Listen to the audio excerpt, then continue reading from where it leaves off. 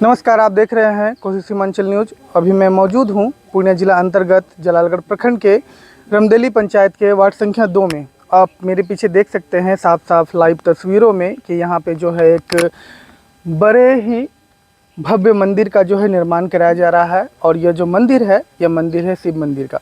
यहाँ के ग्रामीणों ने मिलजुल कर अपने सहयोग से जो है एक बड़े और भव्य मंदिर का जो है निर्माण कराने की सोच रखी है, जो कि बड़ी ही अच्छी बात है। और इसी मंदिर को बनाने के कार्यक्रम के दौरान जो है पूर्णिया से अभी हमारे साथ जो हैं तिवारी बाबा जी महाराज जो हैं वो भी यहाँ जुड़े हैं।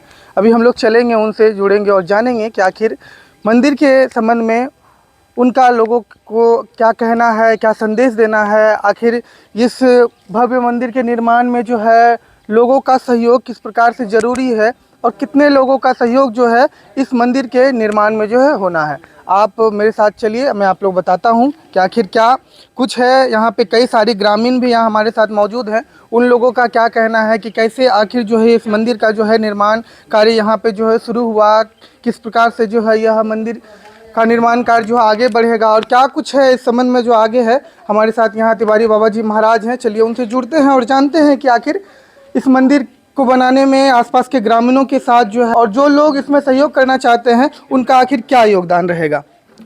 प्रणाम बाबा। बाबा, यहाँ पे एक शिव मंदिर का निर्माण कार्य जो है वो प्रगति पे है और कई ग्रामीणों का सहयोग जो है इसमें भरपूर लगा हुआ है। तो इसमें और क्या कुछ हो पाएगा कि इस मंदिर का जो है भव्य निर्माण पूरे जोर शोर तरीके से किया जाना चाहिए? बिल्कुल बिल्कुल। मंदिर निर्माण वहीं होता है जहां भगवान किसी न किसी रूप में विराजमान होते हैं। जब मैं पहली बार यहां आया था तो मुझे लगा कि यह देवत्व भूमि है, यहाँ मंदिर बनना चाहिए। फिर यहाँ के बच्चों से मिला तो कुछ बच्चे नित्य प्रातः और संध्या में घूमने जाते थे।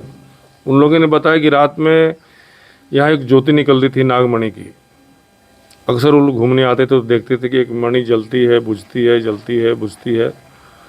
तो उन लोगों को लगा कि कुछ ना कुछ तो यहाँ है, लेकिन प्रायः उन्हीं लोगों को ये मणि की रोशनी दिखाई देती थी।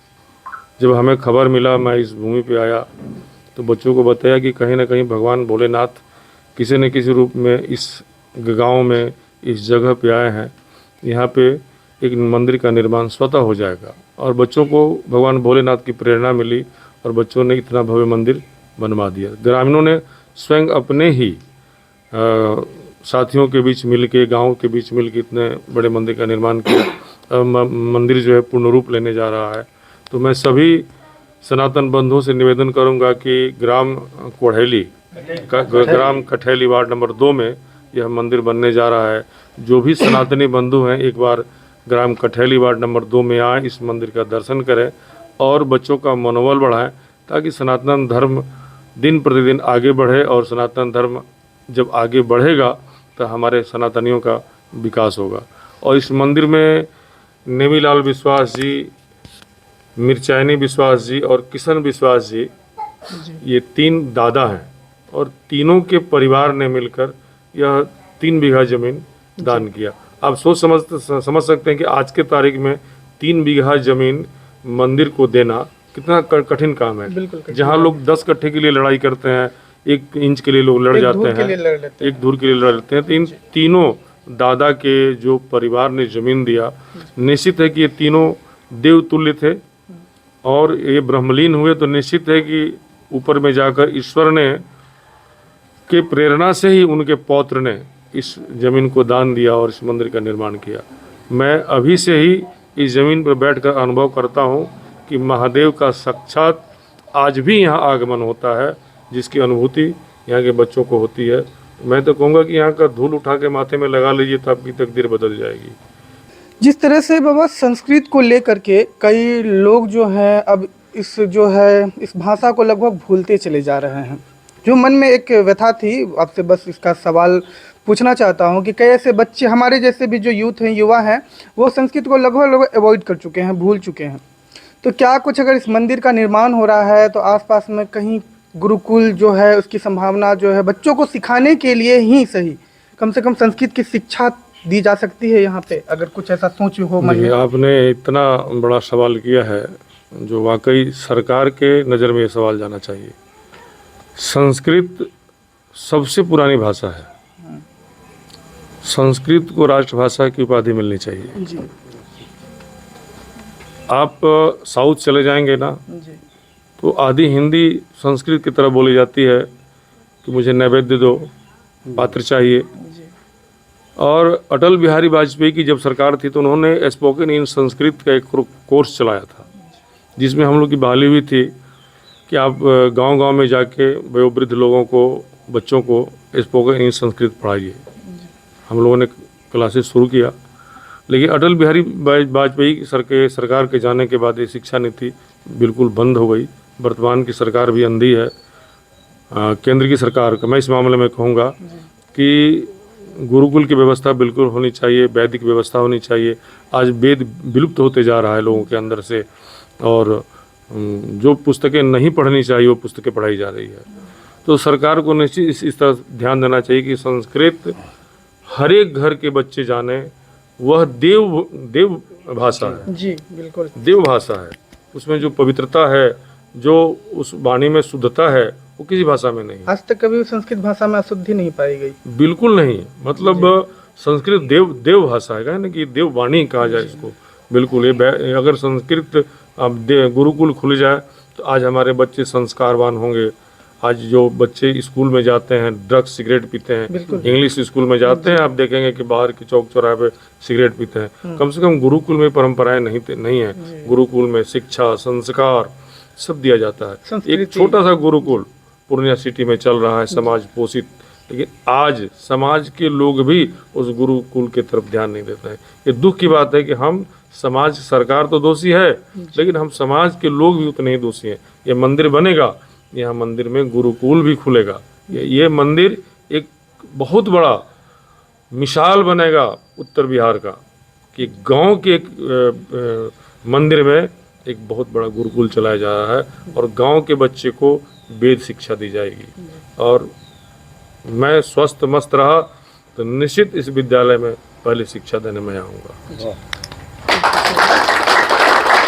जैसा कि आपने देखा, हमारी बात अभी संस्कृत भाषा या संस्कृत के संबंध में जो है तिवारी बाबा जी महाराज से हुई थी, और उनका कहना है कि यहाँ पे जो है एक अच्छी पहल के तहत जो है यहाँ पे गुरुकुल भी चलाया जाएगा, और जो बच्चे सीखना चाहते हैं या जो वैदिक जो शिक्षा लेना चाहते हैं उन्हें भी ये शिक्षा दी जाएगी। या कई अन्य लोग जो हैं जो सहयोग देना चाहते हैं, वो किस प्रकार से इस मंदिर के लिए जो सहयोग, क्योंकि मंदिर का निर्माण लगभग पूरा हो चुका है, अब जो कुछ काम है वो फिनिशिंग को लेकर बचा हुआ है, तो लोगों को क्या कहना चाहिएगा? देखिए, मंदिर का निर्माण तो यहाँ तक जन सहयोग से ही हुआ है और आगे भी जन सहयोग से ही होना है। और जन सहयोग की सौभाग्यता यहाँ व्यापक इसलिए रहने वाला है कि ये सीमावर्ती क्षेत्र है, और यह मंदिर इन सीमावर्ती क्षेत्रों के सामाजिक, सांस्कृतिक, आध्यात्मिक और राष्ट्रवाद का केंद्र बिंदु बनने वाला है। तो समाज जब इतना बड़ा संकल्प लिया है तो फिर समाज पूरा भी करेगा।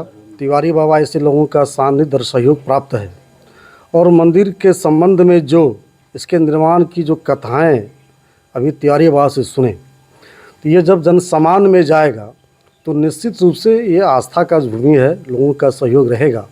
वैसे भी हम सभी जानते हैं कि यह क्षेत्र पांडव के अज्ञातवास का क्षेत्र रहा है, तो अज्ञातवास के क्रम में हो सकता है कि पांडव ऐसे कई ऋषि मुनि ज़मीन पाया होगा। तो प्रारब्ध है ज़मीन का, पुण्य है, समाज का संकल्प है, तिवारी बाबा ऐसे लोगों का सानिध्य प्राप्त है, तो हम विश्वास करते हैं इस मंदिर की भव्यता और दिव्यता दोनों देखने लायक होगा, और इन क्षेत्रों के सांस्कृतिक, राजनीतिक, सामाजिक, आर्थिक सभी चीज़ों का ये केंद्र बिंदु बनेगा, और राष्ट्रवाद की धारा भी मजबूत होगी और अध्यात्म भी मजबूत होगा। क्या भविष्य में यहाँ पे मेला वगैरह का भी प्रयोजन हो सकता है? यहाँ मेला तो लगना स्वाभाविक है, मेला भी होगा, यहाँ विवाह भी होगा, यहाँ पर मुंडन संस्कार भी होगा। और मंदिर कमेटी के लोगों से मेरी बातचीत हो रही थी, तो उनमें से सबसे बड़ी चीज़ है कि मंदिर के अंदर जो अच्छी पुस्तक का अभाव रहता है, तो एक व्यापक पुस्तकालय, धार्मिक पुस्तकालय का निर्माण होगा। पूजा और कर्मकांड से संबंधित जो वस्तु है, रुद्राक्ष है, माला है, हवन है, ऐसे संपूर्ण व्यवस्थाओं की कल्पना मंदिर कमेटी के लोगों ने किया है। अब एक बार तो सब पूरा होना संभव भी नहीं है, लेकिन जो संकल्प है वो सिद्धि तक जरूर जाएगा। क्या परिचय हुआ आपका? किशोर कुमार जायसवाल मेरा ग्रहासी है और मंदिर कमेटी के मेरा सौभाग्य है कि मंदिर कमेटी समय समय पर मेरा सहयोग और मेरा लेते हैं।